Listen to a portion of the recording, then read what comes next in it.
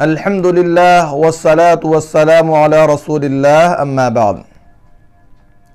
ایک بہت اہم سوال ہے کہ جی ایس ٹی میں سود کی رقم دے سکتے ہیں یا نہیں؟ تو اس سلسلے میں عرض ہے کہ سود کی رقم کا اصل حکم یہ ہے کہ اگر وہ رقم کسی بھی طرح سے مالک تک لوٹانا اور پہنچانا ممکن ہو تو وہ رقم مالک تک پہنچا دی جائے اور لوٹا دی جائے۔ دوسرے یہ کہ جی ایس ٹی میں جو رقم ادا کی جاتی ہے وہ حکومت کے خزانے میں جمع ہوتی ہے۔ اب اصل جواب یہ ہے کہ جی ایس ٹی میں ادا کی جانے والی سودی رقم اگر بالواسطہ یا بلا واسطہ یعنی ڈائریکٹ یا انڈائریکٹ حکومت کے خزانے میں پہنچتی ہو اور بعد میں کسٹمر کو یا تاجر کو اس رقم کے ملنے کی امید نہ ہو تو ایسی صورت میں تاجر اور کسٹمر کے لیے جی ایس ٹی میں سودی رقم پے کرنے کی گنجائش ہوگی۔